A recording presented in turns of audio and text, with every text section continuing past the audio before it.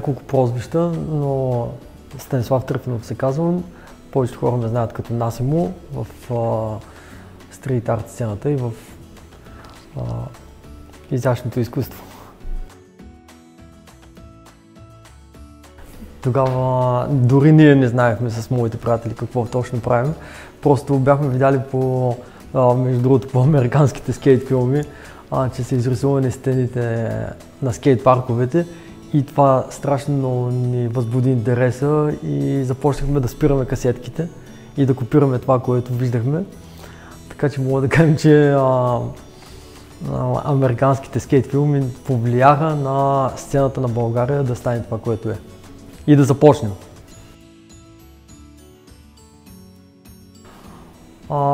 Задачата беше да представим България, да интерпретираме България по нашия начин, както ние го виждаме.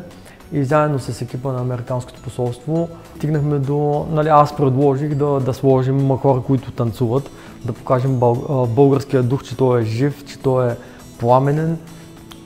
Розите, както знаем всички, са символ на България.